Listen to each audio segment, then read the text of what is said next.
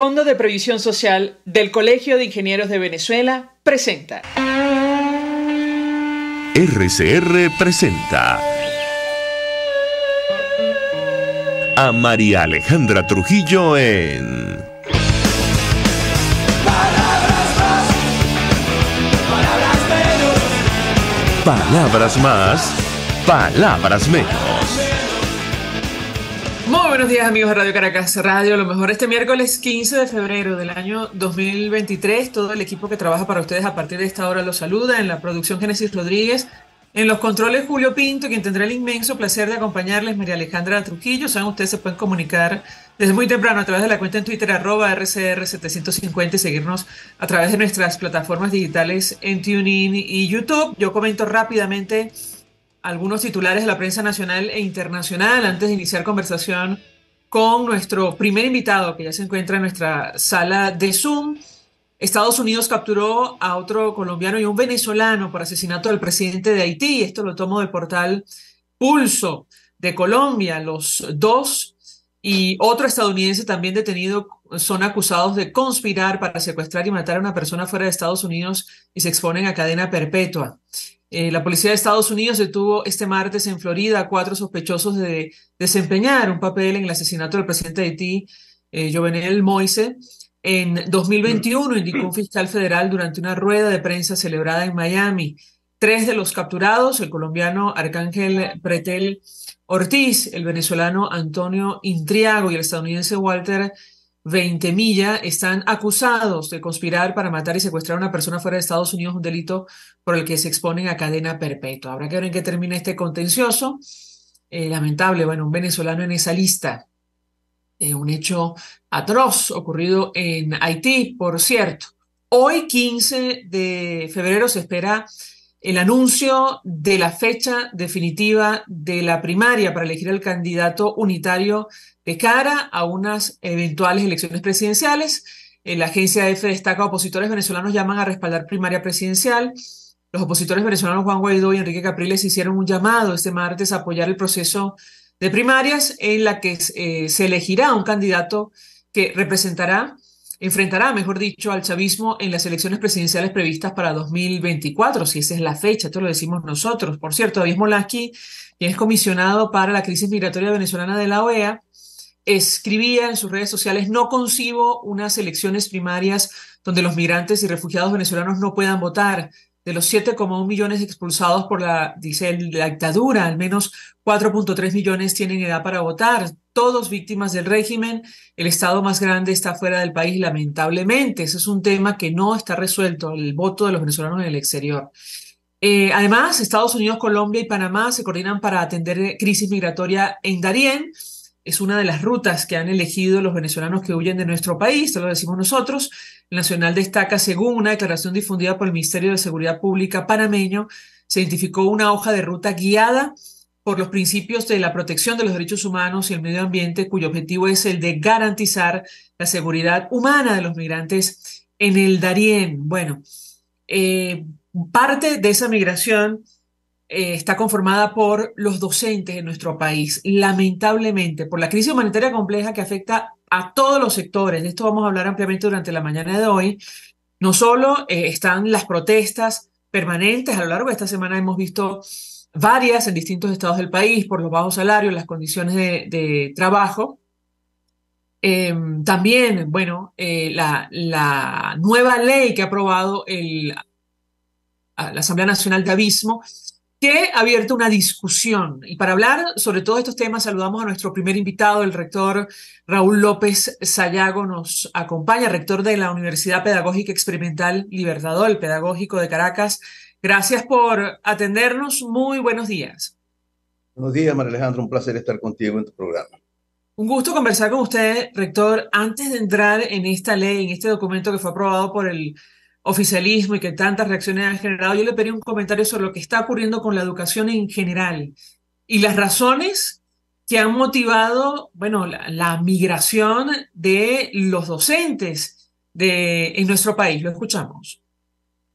Sí, las razones por las cuales, María Alejandra, se ha observado un éxodo, una diáspora bien considerable, no solamente de docentes, sino de distintos profesionales bien formados en nuestro país y con excelentes condiciones para el ejercicio de su profesión, ha sido precisamente por esta crisis humanitaria compleja que estamos atravesando desde hace ya bastante tiempo.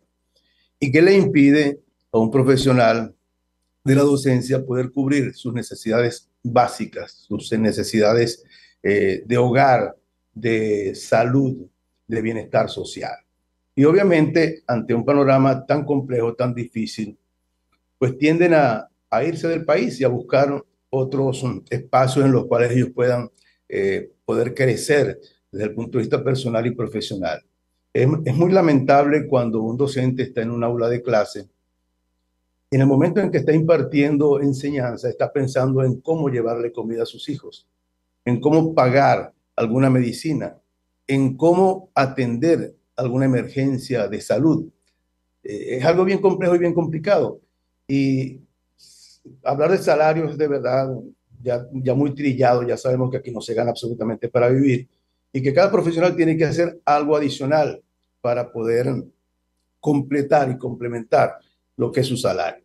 Pero el problema va mucho más allá del salario y de la infraestructura física funcional de nuestros colegios, liceos y universidades. Va mucho más allá de eso, que sabemos que están bien deterioradas las plantas físicas. Inclusive en estos días comentábamos con algunos compañeros de la época nuestra de bachillerato, y los laboratorios de aquellos liceos públicos eran fantásticos y era algo que definitivamente comparado con los laboratorios de las universidades ahora, bueno, están muy por encima. Entonces eso realmente es bastante preocupante. Y digo que va más allá del salario y va mucho más allá de la estructura y planta física, porque lo que está en juego, María Alejandra, lo que está en juego es la educación del país. Y todos sabemos, absolutamente todos, que desde hace muchísimo tiempo, pero mucho más ahora, los países compiten a través de un recurso fundamental y definitivo, que es el conocimiento.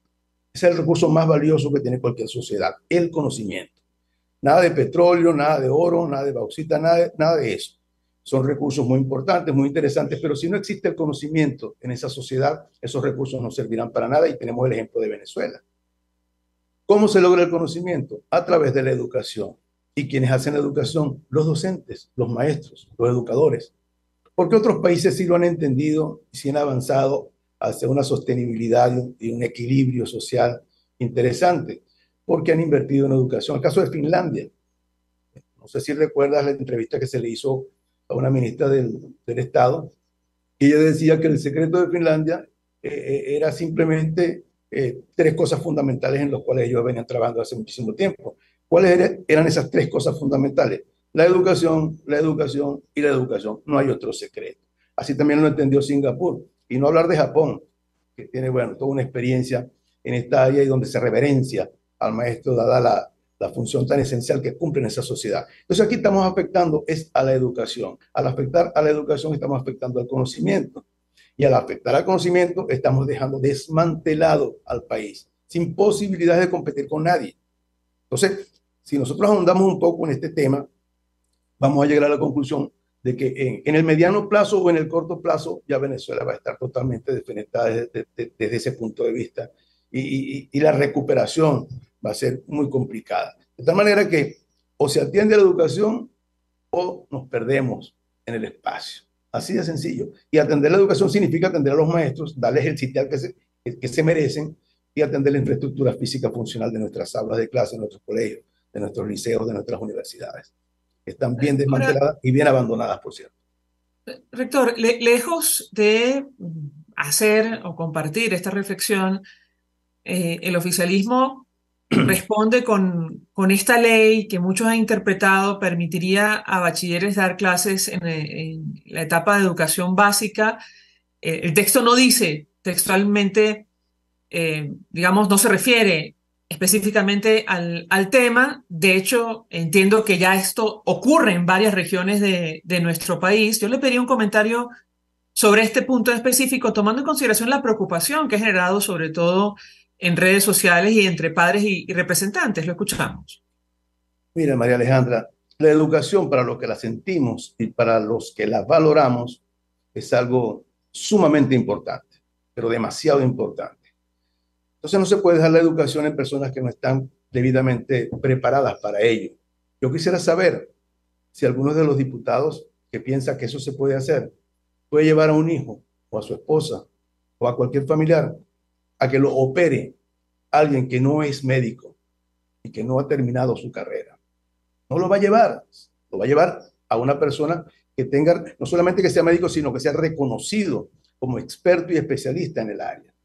Bueno, la educación es quizás, está por encima de eso, porque la educación está formando para toda la vida, no está reparando u operando una pierna, ni un brazo, ni una apendicitis, se está preparando a la persona para toda la vida. Entonces es mucho más delicado que lo que significaría atender una emergencia hospitalaria con alguien que no está preparado.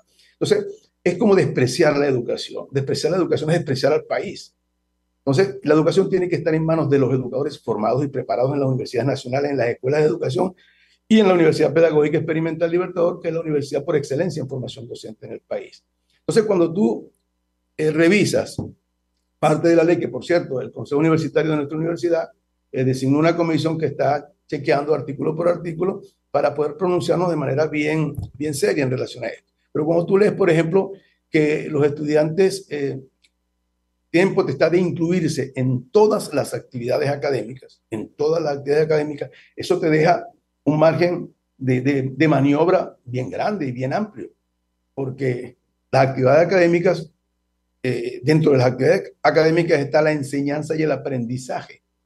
Entonces, ¿se pueden incorporar en la enseñanza o solamente se van a incorporar en el aprendizaje y en sus puntos de vista para que esto mejore? Entonces es un margen de maniobra que es preocupante y definitivamente pues, rechazamos cualquier intento de que alguien que no esté preparado y que no tenga las competencias pueda asumir el control de un aula de clase y que vaya a atender a nuestros estudiantes. Otro problema que vemos en la ley y que también preocupa es lo de la Contraloría Social de los estudiantes. ¿Tú crees que un adolescente está preparado para ejercer un cargo gerencial de esa naturaleza? No, él tiene que estar enfocado en prepararse, en estudiar, en avanzar en su prosecución académica y no meterse en este tipo de cosas para los cuales no se está preparando. Eso vendrá después cuando sea profesional, porque es un trabajo profesional. Entonces no podemos poner a gente a hacer trabajo que no es profesional. No podemos denunciar. Lo que pasa es que aquí se confunden ciertas cosas.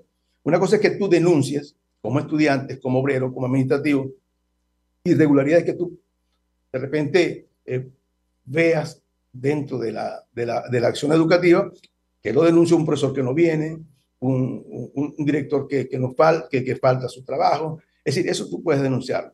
Pero hay otras cosas desde el punto de vista académico y administrativo en los cuales tú no tienes competencia para meterte en eso. Otra cosa que preocupa de la ley, cuando habla del tutelaje del Ministerio de Educación a todos los voceros estudiantiles. Es decir, si el Ministerio de Educación tiene la potestad de supervisar a todos los voceros estudiantiles, es una intromisión sin precedentes en la dirigencia estudiantil, en la historia de la dirigencia estudiantil en este país. Y de repente viola ese principio de libre asociación y de la generación de centros de estudiantes, porque los centros de estudiantes que yo recuerde en los liceos y en las universidades son plurales. No hay personas que sean tuteladas directamente por el gobierno y dirigidas por voceros gubernamentales. Ellos tienen tienen libertad de asociación y pueden hacerlo sin ningún tipo de inconveniente y se asocian precisamente para demandar y reclamar los derechos que les corresponden como estudiantes. Entonces, esa intromisión tutelar deja mucho que desear, porque pareciera que entonces los voceros estudiantiles van a ser un apéndice político del gobierno. Eso es muy delicado. Bueno, le pregunto a nuestro invitado, porque entendemos que en la práctica ya hay en distintas regiones del país bachilleres que han asumido el papel de los docentes. ¿Qué puede decirnos sobre esto, rector, que ya está ocurriendo en nuestro país? Lo escuchamos. Sobre eso, el Consejo Universitario de la Universidad Pedagógica se ha pronunciado en reiteradas oportunidades cuando, si recuerdan lo de la chamba juvenil, que dentro de esa chamba juvenil se incorporaban bachilleres o personas no calificadas para el ejercicio de la docencia a ejercerla. Nosotros lo rechazamos contundentemente y manifestamos en aquella oportunidad que era una bofetada a la educación, un desprecio por la educación, un desprecio por los niños y por los jóvenes de este país, que la Constitución establece que deben ser formados y educados en una educación de calidad. Y la educación de calidad solamente se consigue con profesionales altamente calificados para ejercerla, no de otra manera. Estamos violando ese derecho a la educación de calidad. Profesor, perdón, rector, tenemos que hacer una pausa para ir a publicidad. Al regreso quisiera referirme, ahondar en la situación de la educación en general en nuestro país, porque ciertamente el planteamiento de esta ley o la discusión que se ha generado no resuelve el problema de fondo. De hecho, muchas personas advertían que, bueno, ¿cuál va a ser la motivación o el incentivo para estudiantes en el caso de que esto estuviera planteado para que asuman un papel en el sector educativo donde, bueno, el salario mínimo, como toda administración pública, hoy es menos o un poco más de $5 mensuales? Al regreso de la pausa yo le pediría un comentario. Ya ven. Usted escucha Palabras Más, Palabras Menos en RCR 750 AM. Puedes seguirnos en nuestras redes sociales. En Twitter, @RCR750. La radio que se ve. Mensaje del ingeniero José Peraza, tesorero del FONPRES CIB. Estimado colega ingeniero arquitecto y profesional afín, el Colegio de Ingenieros de Venezuela y el Fondo de Previsión Social, preocupado por la salud de tu familia, ha diseñado un sistema de salud integral que coloca a tu disposición y que contiene asistencia primaria de salud, ambulancia, hospitalización, cirugía, oftalmología, dermatología, fisioterapia, psicología, odontología, farmacia y funerario. Para mayor información, visítanos a nuestros portales cib.net.be, fonprescib.net.be, Colegio de Ingenieros de Venezuela, construyendo futuro. Cuando hablamos de Honda, hablamos de Distasi Motors, el concesionario Honda que pica adelante en precios, condiciones y servicio. Todo el personal de Distasi Motors, tanto técnico como de atención, está actualizado, capacitado y certificado permanentemente para atender correctamente tu vehículo. www.distasi-honda.com.ve. Distasi Motors, tu concesionario Honda en Los Palos Grandes. Una ventana para las propuestas y denuncias de las comunidades populares de Venezuela. Evelyn Martínez y la red de ciudadanos llegan debatiendo problemas y promoviendo soluciones. Es el Radar de los Barrios.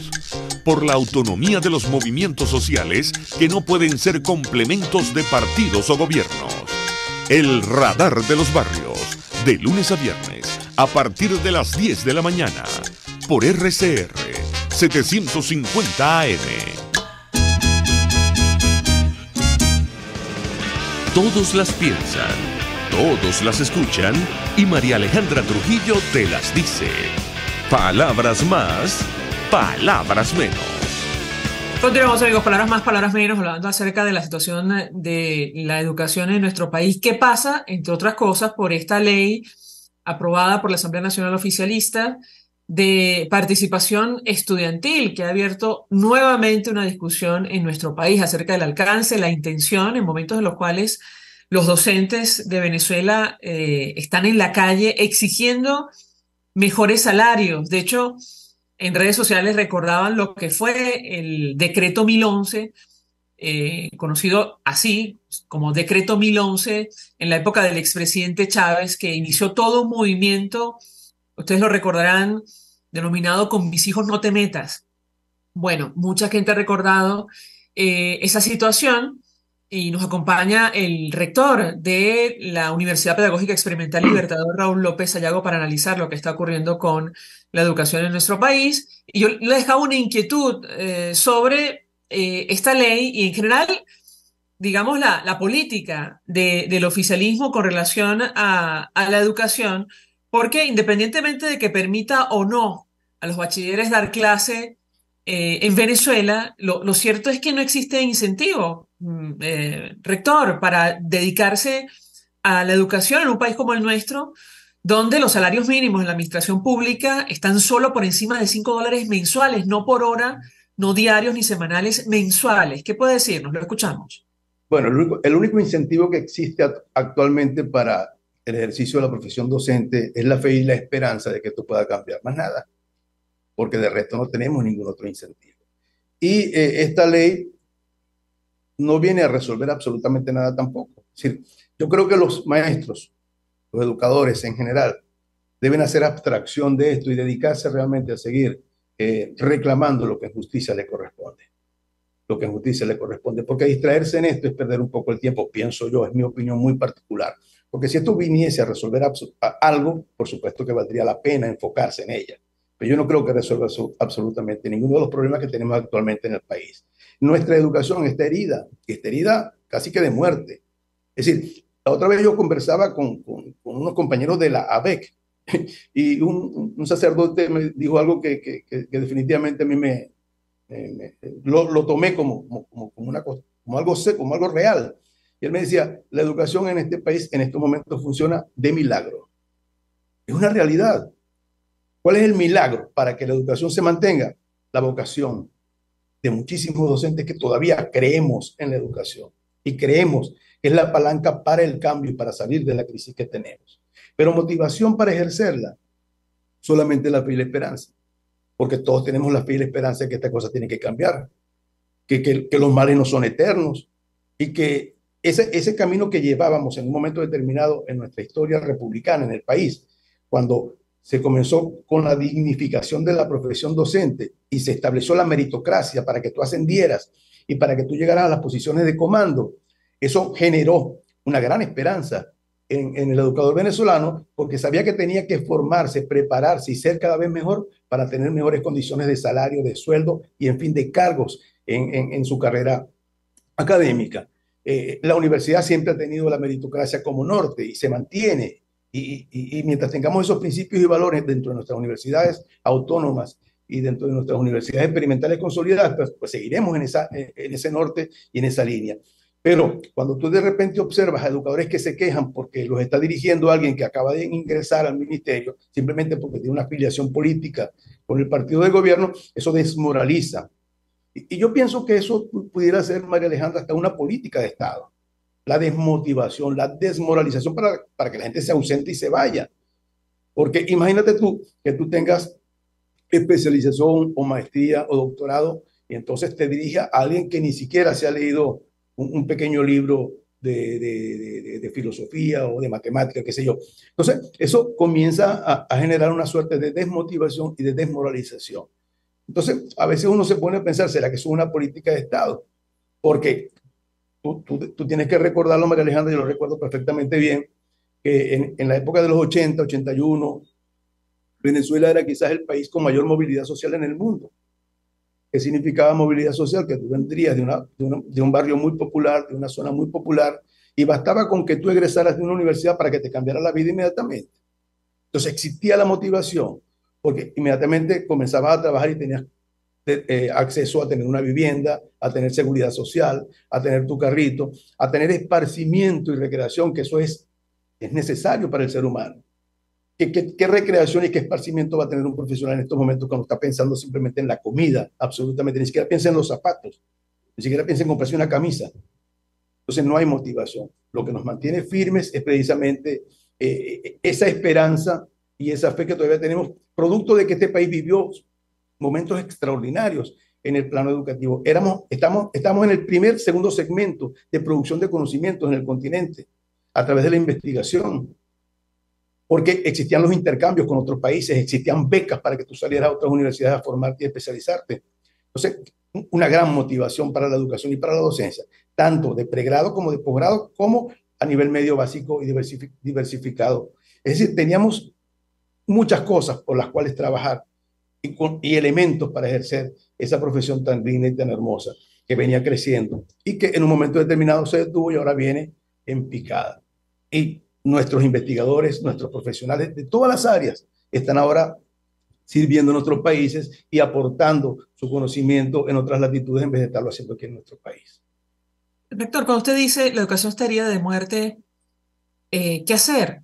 Y sobre todo, si como usted asegura o presume, esto se trata de una política de Estado. Lo escuchamos. ¿Qué hacer? Seguir luchando, María Alejandra. Seguir luchando, seguir insistiendo, no rendirse, persistir en los cambios, porque tiene que existir un cambio de política desde el gobierno para que esto pueda avanzar y pueda mejorar.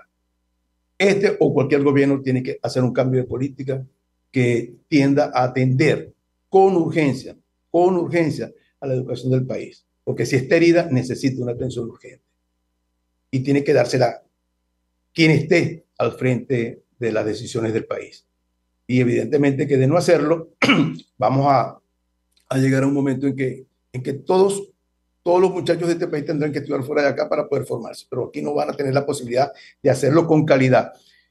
Repito, nosotros teníamos una formación de excelencia en este país, de excelencia. Nuestros profesionales son excelentemente bien vistos en el exterior. Nosotros tenemos muchos muchachos egresados de los pedagógicos de la UPEL, trabajando en Chile, trabajando en Colombia, trabajando en Costa Rica, trabajando en México, chatean con nosotros. En Ecuador hay una gran cantidad de investigadores nuestros.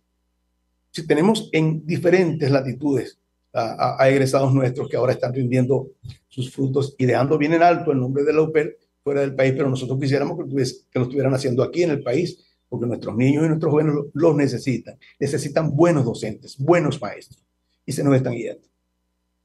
Nicolás Maduro anunció hace unos días que iba a llevar un plan de recuperación a las universidades venezolanas. ¿Cuál es su expectativa? Además, con la situación de la UPEL, rector. Lo escuchamos. Mira, Alejandra, eso no puede ser por sorteo. O sea, no puede ser un sorteo. Meto la manito y me salió la Carabobo. Meto la manito y me salió la Central. No. Tienen que ser todas las universidades nacionales que sean atendidas. Absolutamente todas, porque todas son importantes. No me gustan los sorteos en este tipo de situaciones, en absoluto. ¿Cuál es la situación de la UPEL, rector, ahora mismo? Bien delicada desde el punto de vista de su planta física y de su infraestructura. Si tú analizas que tenemos más de 6 años sin recibir gastos de funcionamiento para mantenimiento y desarrollo de planta física, no tenemos ni siquiera vigilancia. Entonces, ¿qué significa eso? Que o nosotros mismos cuidamos a la universidad o nos la desmantelan, pero de noche no podemos estar allí. Y eso es lo que ha ocurrido en los diferentes pedagógicos. Los que se han salvado han sido porque han establecido algunas alianzas con algunos entes privados, con los cuales tenemos convenios para la atención de su personal y vigilan a nuestras instalaciones. Y otros casos bien interesantes, que de verdad que eso sí me llena a mí de profundo orgullo, es cuando yo viajo a las diferentes extensiones que tenemos en el país: San Fernando de Apure, Santa Elena de Guairén, Guadualito, La Guajira. Tú observas cómo allí se entrelazan los estudiantes con los docentes para el mantenimiento, la conservación y el desarrollo de las actividades en la universidad. Pero claro, en las grandes ciudades es muy complicado que eso ocurra, muy difícil, precisamente por la cuestión de transporte, de movilidad, y donde la crisis se ve un poco más fuerte. Yo estuve en Camaguana en estos días y nuestras instalaciones están muy bien, están bonitas, están cuidadas, están pintadas, están bien atendidas, porque los estudiantes viven a 2 cuadras de la universidad, los profesores viven a media cuadra de la universidad, entonces siempre están pendientes de sus instalaciones. Pero en las grandes ciudades, el caso de Maturín, están prácticamente desmantelados. En Turmero, prácticamente desmantelada nuestra universidad. Maracay, el pedagógico de Maracay, que es un pedagógico emblemático, ha sufrido el embate de la delincuencia, durante muchísimos años, y definitivamente no es fácil. Hemos acudido a instancias gubernamentales para que nos faciliten vigilancia, y algunos responden, otros no responden. Rector, cierro con esto, María Alejandra. Esa categorización que han hecho de universidades de oposición o universidades del gobierno es odiosa. O sea, las universidades somos plurales. Ahí cabe cualquier pensamiento, cualquier corriente de pensamiento. Entonces no nos califiquen de esa manera para rechazarnos y para no atender las solicitudes que nosotros hacemos, porque somos universidades del Estado venezolano y el Estado está obligado a atendernos. Claro, con un modelo, en el marco de un modelo que busca establecer pensamiento único, evidentemente, esto lo digo yo, las universidades resultan incómodas, rector. Sí, claro, es decir, la pluralidad del pensamiento resulta incómodo. Gracias por atendernos, acompañarnos. Raúl López Sayago es rector de la Universidad Pedagógica Experimental Libertador Pedagógico de Caracas. Gracias. Nosotros vamos a la pausa. A regreso venimos con más. Estás escuchando Palabras Más, Palabras Menos por RCR 750 AM.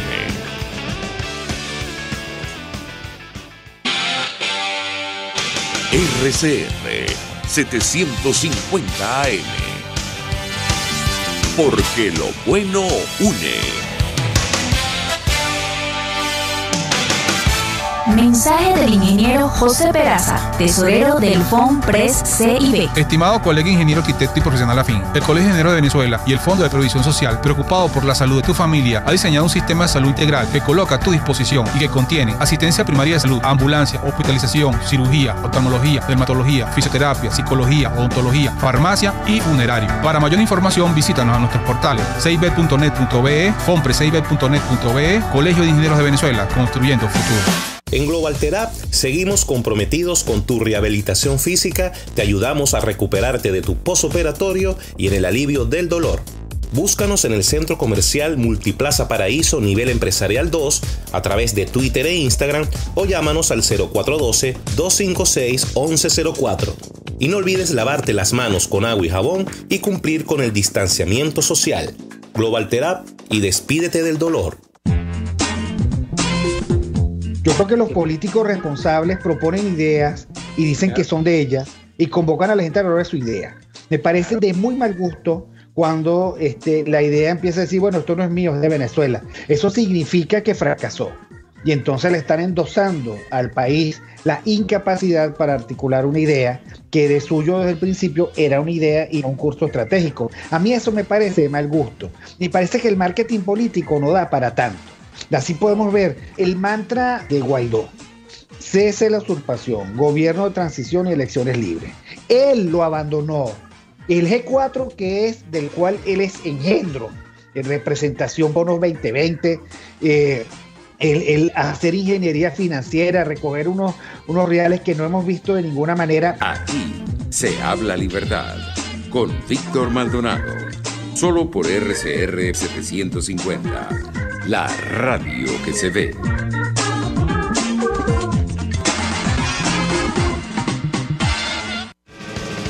Información, opinión, contraste. María Alejandra Trujillo está en Palabras Más, Palabras Menos. Continuamos, amigos. Palabras más, palabras menos, hablando acerca de la situación de la educación en nuestro país, en momentos en los cuales está abierta la discusión en torno a esta ley aprobada por la Asamblea bajo control oficialista de participación estudiantil. Nos acompaña alguien que conoce perfectamente el tema, que ha leído cuidadosamente el documento, además sabe de la situación de la educación. Se trata del profesor Carlos Calatrava. Él es director de la Escuela de Educación de la Universidad Católica Andrés Bello y le agradezco recibir nuestra comunicación. Bienvenido. Muy buenos días. Hola María Alejandra, un abrazo para ti, para tu equipo, para la audiencia y especialmente hoy muy emocionado porque estoy en la pionera de la radiodifusión de Venezuela en la semana que se celebró el Día Mundial de la Radio, entonces siempre es bueno decirlo. Muchísimas gracias por atendernos, profesor, y mucho interés de conocer su opinión, análisis, que contrasta un poco con la de nuestro invitado anterior, el rector de la UPEL.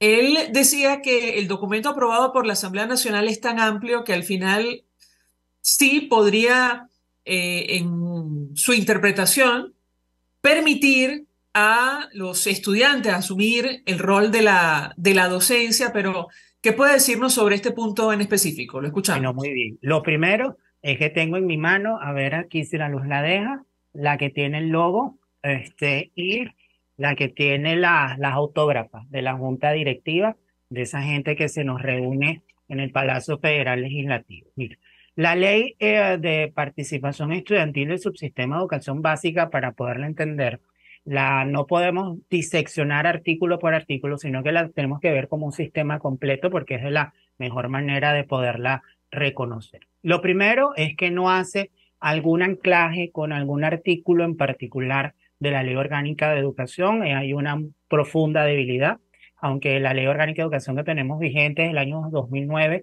no es una buena ley de educación porque no organiza el sistema, sino lo que hace es darle una serie de atribuciones al Estado docente en educación, que termina siendo como un gobierno docente y un modelo de escuela del cual hemos sido críticos buena parte de los educadores venezolanos desde ese año. No hay un anclaje con la Ley Orgánica de Educación, pero tampoco hay un anclaje con algún artículo en específico de la Constitución Nacional vigente del año 99. Entonces, para poder leer, poder sacarle algún contenido en seriedad a esta ley de participación estudiantil, Lo primero que tenemos que hacer es recordar que nosotros como nación pasamos en el año 99 del modelo de democracia representativa, que es lo que tienen todos los países que se declaran constitucionalmente democracia, al modelo de democracia participativa. ¿Esto qué quiere decir? Que el desarrollo de acciones en términos de lo público, pero también acciones vinculadas para alcanzar el modelo de Estado democrático, social, de derecho y de justicia que está en la propia Constitución, requiere de los mecanismos de la actuación directa del ciudadano, que es distinto al poder popular porque son dos categorías totalmente diferentes. Dicho esto, como idea marco, cualquier iniciativa en políticas públicas o en legislación, mientras tengamos la Constitución del 99 vigente, tiene que activar mecanismos de participación ciudadana. Eso es el espíritu que tiene esta ley de participación estudiantil. Poco más, poco menos, generar o formalizar una nueva manera de llevar a cabo la democracia participativa, e ir aprendiendo a cómo los niños y jóvenes de Venezuela puedan ir adecuándose a los mecanismos de la participación ciudadana. No tiene mayor cosa. Y comparto con lo que dijo el doctor López Ayago. Es una ley tan amplia, pero no es por amplia, sino por consignataria. Los 22 artículos y la disposición final, buena parte de ellos son titulares, bien, la paz, la vida, el desarrollo, la participación, la democracia, pero no hay un contenido asociado con esa consigna. Entonces, al dejarlo consignatario, no va a quedar sino a la libre interpretación que alegremente cualquier persona haga. Sin embargo, la ley nos establece los ámbitos. Una de las pocas cosas que la ley señala son los ámbitos de la participación estudiantil, que lo encontramos en el artículo 15, el numeral cuarto, donde claramente dice que los espacios de participación de la figura de organización que crea la ley, que son los consejos estudiantiles, tienen que ver con recreación, cultura, deporte y esparcimiento, y agrega como una postilla dentro de las características que garanticen el desarrollo integral del alumno mientras está en las instituciones educativas. La propia ley, en las vaguedades que tiene, una de las pocas cosas que aterriza son estos ámbitos en los cuales puede incidir directamente esa figura que crearon, que son los consejos estudiantiles. Consejos estudiantiles que se eligen por la base. Cada salón de clase tiene que elegir sus representantes al consejo estudiantil, y cuando hablamos de salón de clase estamos hablando de los salones de educación inicial, que son de los niños de 0 a 6 años, porque la educación inicial te puede recibir al niño en el primer grupo de la etapa maternal de 6 meses de nacido, los niños de primaria, primero a sexto grado de primaria, y los tarajayos, los muchachos de bachillerato. Entonces, cada grupo de estudiantes va a tener su representante en el consejo estudiantil, y aquí es donde comienza a encontrarse la vinculación con instrumentos de menor nivel, como por ejemplo la resolución 058 del año 2014, la que estableció los consejos educativos, porque esa misma resolución desde hace 9, ya 10 años, establecía la figura del consejo estudiantil como una pieza integrada en el consejo educativo de cada plantel, y esta ley lo que hace es darte la figura del consejo estudiantil. Entonces, cuando la leemos, la revisamos, yo respeto plenamente, lo pude escuchar antes de entrar a este rato, de conversar contigo, yo puedo respetar y me hago solidario con la percepción y la opinión el rector de la Universidad Madre de los Educadores de Venezuela, pero no comparto su apreciación, porque al final de la historia, las leyes, la propia Constitución lo dice, y de toda la vida, nosotros no estamos obligados a cumplir lo que la ley no dice. Y la ley taxativamente, literalmente, explícitamente, no dice en ninguna de sus disposiciones que los muchachos de bachillerato van a dar clase a sus compañeros de los años más bajitos, primero, segundo, tercero, o van a asumir funciones de educación primaria. Si la ley no lo dice, no podemos ponernos a decir algo que la ley no señala, ni tampoco poner a indalgarle y a tirarle ideas que la propia ley no tiene. Eso no nos va a tocar a nosotros, ¿ok? Eso le va a tocar a los supervisores, a los jefes distritales, al ejecutivo cuando genere el reglamento. Yo te lo digo, María Alejandra, con perdón de haberte interrumpido, a mí me preocupa mucho el reglamento de la ley, porque ese reglamento de la ley lo hace el Poder Ejecutivo, y Esto lo tiene que hacer el Ministerio de Educación. Y tenemos la ministra que tenemos en este momento en Venezuela que no se ha dignado a recibir a los compañeros y compañeras de la protesta nacional del magisterio, que en esta vez es nacional y ha sido permanente, y ahí están nuestros colegas, nuestros hermanos dándole cátedra de ciudadanía a los venezolanos, cómo exigir los derechos, que mira que aquello sigue continuado, sigue vigente, sigue con fuerza. Ahí se demuestra cuando las cosas las hacen de corazón y de verdad, y no como ocurrieron cosas a finales de diciembre del año pasado. Por cierto, en ese tema yo no me quiero meter porque no toca. Pero a lo que vamos. A mí me preocupa mucho el reglamento, porque el reglamento lo va a tener que hacer el Ministerio de Educación, pero ya el señor ministro de Comunas, que viene a haber perdido una elección en el estado de Barinas el año pasado, ya dijo que él también quiere formar parte de la instrumentalización y la puesta en práctica de esta ley. Entonces, la ley no dice, si la ley no dice, no manda, si la ley no dice, no regula, y si la ley no dice, no se hace. Tan fácil. Ahora esperemos el reglamento y evidentemente las acciones del Ministerio de Educación en consecuencia. Vale señalar algo. La ley no ha tenido todavía el ejecútese del Poder Ejecutivo y no ha salido por Gaceta Oficial. Desde la semana pasada estamos trabajando con esta que enseñé más temprano, que es la que está circulando por la red. Ahora, le pregunto a nuestro invitado, porque si escuchó al rector de la UPL, a él lo que le preocupa, claro, él aclaraba, tenemos a un equipo jurídico leyendo con detenimiento los artículos de esta ley para expresar una opinión muy bien informada, pero inicialmente él dice que los estudiantes pueden participar en todas las actividades de la educación y él teme que esto incluya la actividad docente. De allí la amplitud del documento que aprobó la Asamblea Nacional bajo control oficialista. Yo le pediría un comentario, y por otra parte él hizo hincapié en esto de la Contraloría Social, y él decía, bueno, ¿cómo un estudiante va a asumir responsabilidades de Contraloría Social? Un adolescente, un niño, sí. Un adolescente. Yo le pediría un comentario, ¿qué puede decirnos? Mira, con lo que hace referencia, el propio artículo 15 en el numeral 10 tiene un paraguas que pudiera, no estamos diciendo que permite, ni que va a permitir, pudiera, en potencial, en condicional, pudiera permitir lo que el doctor López Sayago indicó, que es incluir, que es un derecho, ni siquiera un deber, un derecho de los estudiantes en líneas generales como parte de una escuela y a través de los consejos estudiantiles, que es la figura que señalan acá, involucrarse activamente en actividades académicas de la institución. Con el perdón de quien redactó este documento, creo que los señores que escribieron esto, o como dicen ellos mismos, los corredactores, en su vida habrán dado una hora de clase y en su vida habrán pasado como funciones, como personas que hacen desarrollo docente de una escuela.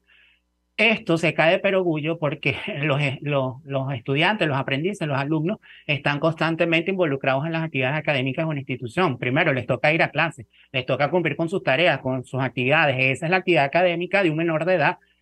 Nosotros no vamos a pretender que menores de edad se conviertan en equipos directivos o se conviertan en profesores, porque eso no le toca por edad, número uno, y segundo, porque en este país, dicho por la propia Ley Orgánica de Educación, vale señalar, tan mala que está hecha, los únicos artículos que se copió tal cual de la Ley Orgánica anterior, que fue de 1980, fue que quienes están en el aula tenemos que ser graduados de la carrera de educación, que si no cumplimos nuestros deberes estamos sometidos a un régimen sancionatorio y vienen las penas que nos pueden caer si no cumplimos nuestro trabajo o si lo hacemos mal. Eso está en la ley orgánica. Entonces, cuidadito, por encima de esta ley de participación estudiantil está la ley orgánica de educación. Tampoco podemos perder de vista esa importante consideración. Los aprendices, los estudiantes, los alumnos sí hacen Contraloría. Y ahí se nota que quienes hicieron esta ley, vuelvo a lo mismo, de educación saben lo que sé yo de cómo construir una bomba atómica. A ver, los aprendices, los que tenemos sentados en un salón de clase, hacen Contraloría constantemente ¿de qué? De nuestra calidad como profesionales, si servimos como profesores, si somos piratas, si somos buenos, si lo que estamos enseñando le parece conveniente. Y esa labor de supervisión natural del aula de clase la complementan los padres. Vuelvo a lo mismo, son menores de edad, aunque son ciudadanos sujetos de ciudadanía, porque en Venezuela eso se eliminó, que la ciudadanía era a partir de los 18 años, tú naces en Venezuela y eres ciudadano venezolano, por eso esta ley, evidentemente nos da una línea de que cuidado, los padres son los que tienen que cumplir el paso siguiente de esa función de Contraloría. ¿Cómo hubiera quedado mejor ese planteamiento? Indicando, como lo dice el propio numeral cuarto, bueno, recreativo, cultural, deportivo y esparcimiento. Esas vienen a ser las materias donde van a ser Contraloría y donde pudiera venir una suerte de exigencia de la institución. Necesito la cancha, vamos a hacer la búsqueda de los recursos para la cancha, vamos a ponerla con los materiales que necesitamos, vamos a utilizarlas, vamos a poner un reglamento de uso. Esos son los ámbitos que la ley tiene. Dejo de verdad una preocupación grande con esta ley porque no está tocando en ningún momento un punto que por participación estudiantil, por aquello de la democracia participativa y formar ciudadanamente a los niños y jóvenes, que no sea una labor de unas horas de clase, de matemática y tal. Esto está dejando de lado la formación para el emprendimiento, para el autoempleo, que eso es un mecanismo, un medio de participación ideal para la emergencia humanitaria que estamos viviendo en Venezuela, que tú seas productivo y creador de oportunidades y que comenzaste. Esta ley no dice nada de eso, una oportunidad perdida. Y más importante aún que eso, en ningún momento la ley habla sobre tratar, conversar o abordar los casos de acoso escolar, de acoso sexual y de abuso sexual, que no lo está señalando. Entonces esos son realmente las preocupaciones que están ocurriendo en las escuelas venezolanas, en todas y más en las escuelas administradas por el Estado, que requieren ser trabajadas entre pares, con guías de un adulto, de un docente, de un psicopedagogo, de un orientador, de un médico, de un abogado en el contexto escolar, y eso es un mecanismo de participación importante que se puede desarrollar. Por ahí también la ley habla de que los estudiantes se pueden agrupar para crear unas figuras de asociaciones con personalidad jurídica. Evidentemente eso se cae, pero así como un mango maduro solito, porque un menor de edad no puede ir al SAREN, a un registro, a vincular un documento creado por él. Quiero montar un equipo para defensa del medio ambiente, todos menores de edad. Para eso van a necesitar un adulto, un abogado, alguien inscrito en el INPRE para que le haga el documento. Entonces, a ver, como no lo dice, no le pongamos a la ley señalar cosas que ella no está indicando. Tengo que hacer una pausa para ir a publicidad. Regreso, quisiera referirme a la última reflexión que compartían nuestro invitado anterior. Él decía tajantemente la educación estaría de muerte en Venezuela. Y él presume que esto es parte de una política de Estado. Al regreso yo le pedí un comentario. Ciertamente estamos en la era del conocimiento. ¿Qué va a pasar con nuestro país? En momentos en los cuales la inteligencia artificial ya es una realidad. Al regreso quisiera su comentario. ¿Qué perspectiva tiene sobre este punto en específico? Al regreso le doy la palabra para contestar. Ya venimos. Escuchas a María Alejandra Trujillo en Palabras Más, Palabras Menos, por RCR 750 AM. Puedes seguirnos en nuestras redes sociales. En Twitter, @RCR750. La radio que se ve. Mensaje del ingeniero José Peraza, tesorero del FOMPRES CIB. Estimado colega ingeniero arquitecto y profesional afín, el Colegio de Ingenieros de Venezuela y el Fondo de Previsión Social, preocupado por la salud de tu familia, ha diseñado un sistema de salud integral que coloca a tu disposición y que contiene asistencia primaria de salud, ambulancia, hospitalización, cirugía, oftalmología, dermatología, fisioterapia, psicología, odontología, farmacia y funerario. Para mayor información, visítanos a nuestros portales cib.net.be, fomprescib.net.be, Colegio de Ingenieros de Venezuela, construyendo futuro. Mis amigos, una empresa comprometida y responsable con su personal es una empresa segura, y Produzca es la compañía pionera en Venezuela que ofrece la mayor cantidad de equipos de comprobada calidad para garantizar la seguridad integral de toda la nómina industrial de cualquier empresa. El catálogo de Produzca es inmenso, todo tipo de guantes, cascos, accesorios y productos varios de protección para tu personal. Conoce más de Produzca en www.produzca.com. Produzca, seguridad en tu empresa de los pies a la cabeza. Ellos sí que no saben nada. Y así nos va. El espacio donde se tocan los temas más candentes de interés político y nacional. Y así nos va. En este programa, la picardía y el humor inteligente son los protagonistas. Pura cabilla. Lara y Hernández descosen y revelan los secretos más oscuros del acontecer político. Y así nos va, de lunes a viernes a las 4 de la tarde, por RCR 750 AM. Se dicen, se ocultan, Se piensan, se descubren. Palabras más, palabras menos. Con María Alejandra Trujillo. Continuamos, amigos. Palabras más, palabras menos, hablando acerca de la situación de la educación en nuestro país. ¿Qué pasa? Insistimos por este documento aprobado en la Asamblea Nacional bajo control oficialista, denominado de participación estudiantil. Nos acompaña alguien que conoce perfectamente el tema. Carlos Calatrava es director de la Escuela de Educación Universidad Católica Andrés Bello. Yo le dejaba una inquietud y agrego más, que tiene que ver con lo que decía el rector de la UPEL. Él advertía la educación en Venezuela está herida de muerte. Él sugirió o presume que esto forma parte de una política de Estado. Yo le pedí un comentario, cuál es la perspectiva, si esto es así. Y por otra parte agrego el comunicado de la Federación Nacional de Sociedades de Padres y Representantes, FENASOPADRES y Padres Organizados de Venezuela, rechazando categóricamente la decisión del alto gobierno, decían ellos, de sustituir a los docentes en las aulas de clase. Ellos presumen, no solo por estudiantes, sino por agentes externos, militantes de la UVC, organizaciones de carácter político, partidista, quienes no tienen capacidades, preparación y competencias necesarias para desempeñarse como tales. ¿Qué puede decirnos, profesor? Lo escuchamos. Bueno, María Alejandra, comparto plenamente la idea del doctor López Sayago, perdón, de que la educación venezolana está herida de muerte, pero con un matiz.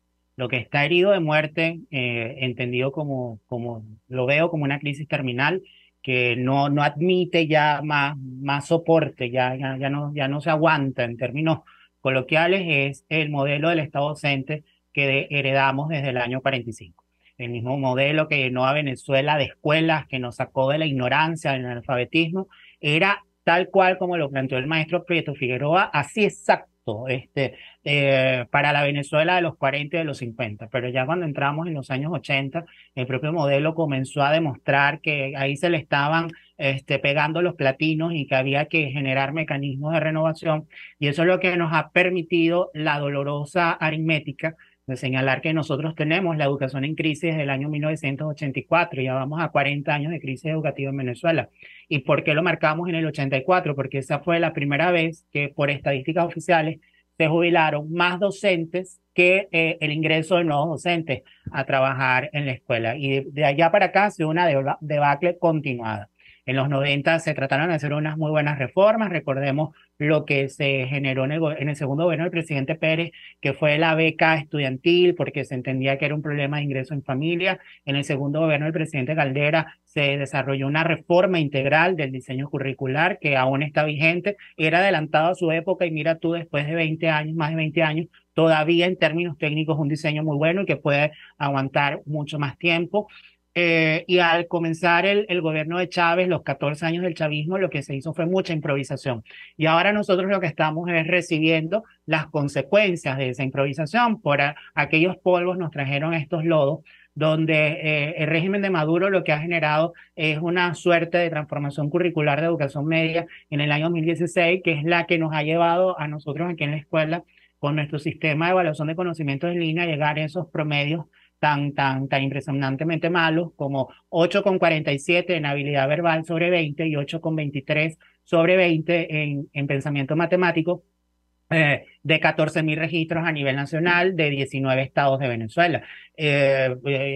Por ahí alguien salió a criticarnos que por qué 14.000 registros y tal, y la respuesta que yo doy, mira, 14.000 registros es igual a 14.000 venezolanos que hicieron nuestras pruebas, que son de primero a quinto año de media, de bachillerato en ciencias naturales, ciencias sociales, matemática, habilidad verbal, y a veces aquí la gente toma decisiones de quién gobierna Venezuela por una muestra de 800 personas. Entonces, aquí estamos, como país necesitamos de verdad sanar mucho y cicatrizar muchas cosas. Entonces, ese modelo que traíamos de los 40 sí está en una fase terminal.